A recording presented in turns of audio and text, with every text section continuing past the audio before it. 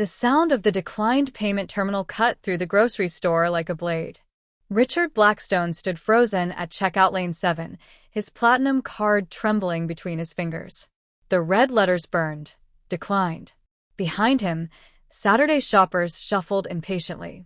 The cashier stared with poorly concealed amusement. "Sir, would you like to try another card?" Richard's throat felt like sandpaper. In 47 years, 32 years building his tech empire, this had never happened. His net worth exceeded $2 billion. Yet here he stood, unable to pay for $37 of groceries. His phone showed 17 missed calls from his CFO. His stomach dropped. "There must be some mistake," he muttered, pulling out his black Amex. The machine beeped its rejection again.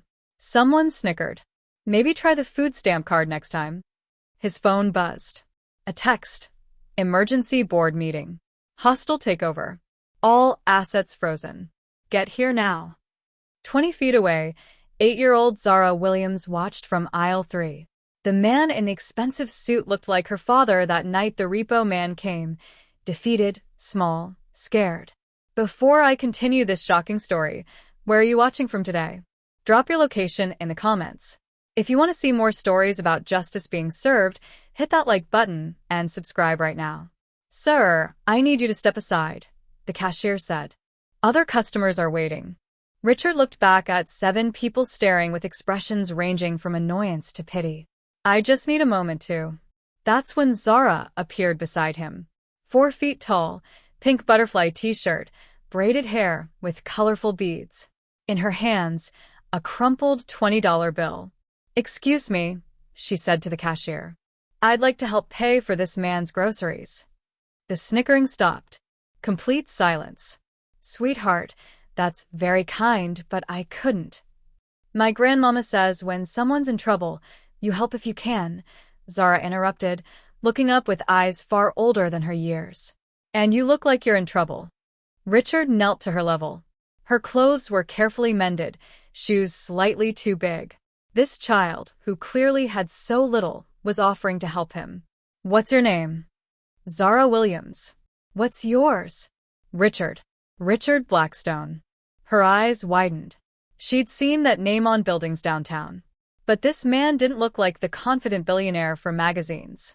He looked tired, scared, human. "Mr. Blackstone, my mom teaches me that everyone needs help sometimes. Even rich people." When was the last time someone had offered to help him?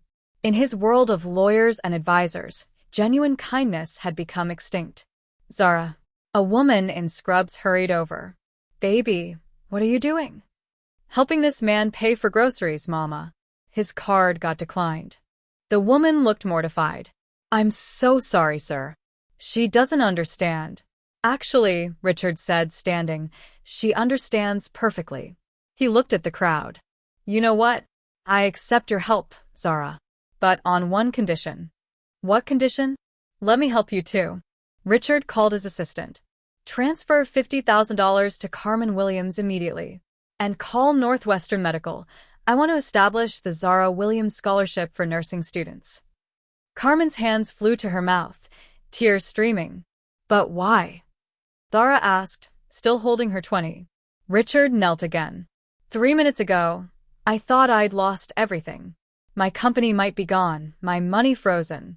But you reminded me that the most important things can't be stolen. Kindness can't be bought. People who help strangers when they have almost nothing, they're the real billionaires." He pulled off his $37,000 watch, handing it to the cashier. "This should cover the groceries. Keep the change." What do you think about how this situation has unfolded so far?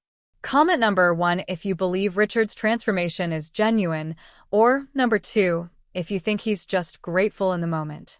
Hit that like button if you've ever been in a situation where a stranger showed you unexpected kindness. 20 minutes later, they sat in Mel's diner with Zara's grandmother, Mrs. Evelyn Williams, a tiny woman with silver hair and sharp eyes. "So you're Richard Blackstone," she said. "I've cleaned your office building every Tuesday and Thursday for 6 years.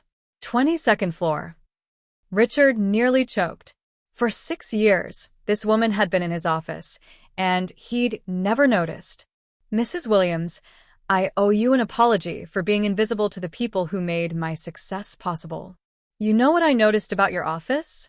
No pictures. No family photos. Made me sad for you. I have a daughter. Emma. 16. I haven't seen her in 3 months because I was always working. His phone buzzed. Emma calling. He answered. Dad? I saw the news about the company. Are you okay? Richard looked around the table at 3 generations who'd shown him more concern in one afternoon than his associates had in years. I'm better than I've been in a long time, sweetheart. He introduced Emma via video call to his new friends. When Emma mentioned wanting to be a teacher instead of going into business, Mrs. Williams said firmly, the world needs good teachers more than another business person. Dad, would you visit me? Not for business. Just to visit? I'll be there tomorrow. And Emma? I love you. Should have said that more often. After hanging up, Carmen asked what happened with his card. My business partner's trying a hostile takeover. Frozen all my assets. Called an emergency board meeting to push me out. Are you scared? Zara asked. This morning I would have been terrified. Now, I'm relieved. I've been so focused on building wealth I forgot to build a life. Mrs. Williams patted his hand. Fight for what's really yours. But fight for the right reasons. Your company employs how many? 3,000. 3,000 families. Fight for them, not the money. The confrontation is just beginning. But what will happen when Richard faces his business partner? Stay tuned to find out how deep this transformation really goes. An hour later, Richard walked into the Blackstone Technologies boardroom wearing jeans and a polo shirt. 12 board members in expensive suits sat around the table, led by his former partner Marcus Chen. Richard, we're concerned about your recent behavior, board member Patricia Mills said. Unauthorized charitable donations, giving away expensive watches. Marcus slid a folder across. $2 million in donations this quarter. Money that should have gone to shareholders. This isn't behavior fit for running a corporation. Richard opened the folder. Children's hospitals, homeless shelters, scholarship funds. You're right, Marcus. This isn't traditional corporate behavior. Which is why I'm restructuring Blackstone Technologies as a benefit corporation. The room erupted. A for-profit company legally required to consider social impact, not just shareholder profit. We'll maintain profitability while making social responsibility our mandate. You can't just change the company structure because you had a midlife crisis, Marcus snapped. I can, and I am. Today I met a girl who offered $20 to help a stranger. She reminded me why I started this company, to solve problems, make lives better, create opportunities. Money was supposed to be a byproduct, not the goal. The shareholders will never approve this, Marcus said. Then we'll find new shareholders who believe business can be a force for good. Board member James Rodriguez spoke up. Richard, this is inspiring. I've wondered if we're making the world better, or just ourselves richer. Exactly. Today I met a cleaning woman who's worked here 6 years, invisible to us. Her granddaughter wants to be a doctor. Her daughter pulls double shifts as a nursing assistant. These people make our success possible. Richard stood. Effective immediately. Living wage policy. Every employee earns at least $25 an hour, including contracted staff. Full health benefits and education assistance for families. These emotional decisions will bankrupt us, Marcus protested. Actually, came a voice from the doorway. Richard's lawyer entered with documents. Marcus, you forgot Richard holds 51% of voting shares. He can restructure however he sees fit. Marcus went white. This is insanity. No, Richard said.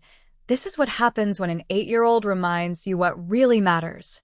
Zara Williams taught me more about leadership in 5 minutes than I learned in 30 years of business school. He looked around the table. Who's with me? Who wants to build something that matters? James raised his hand. Then Patricia. Then 3 others. Motion carried, Richard said. We're officially becoming a force for good. What would you have done in Richard's position? Would you have had the courage to transform your entire company even when facing a hostile takeover?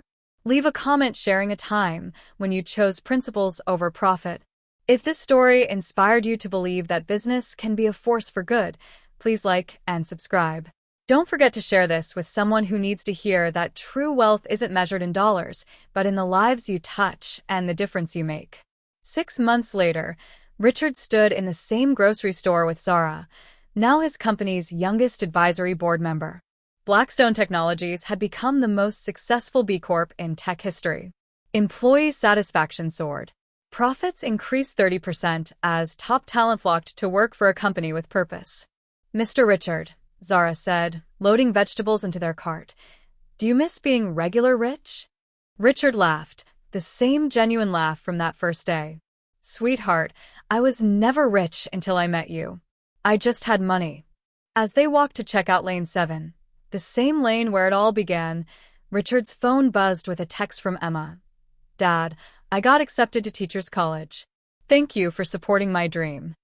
He showed Zara the message. She grinned, her beads clicking as she nodded approvingly. "See," she said, "being wealthy is way better than being rich." Richard couldn't agree more. Sometimes it takes a declined credit card and the wisdom of an 8-year-old to discover what true wealth really means.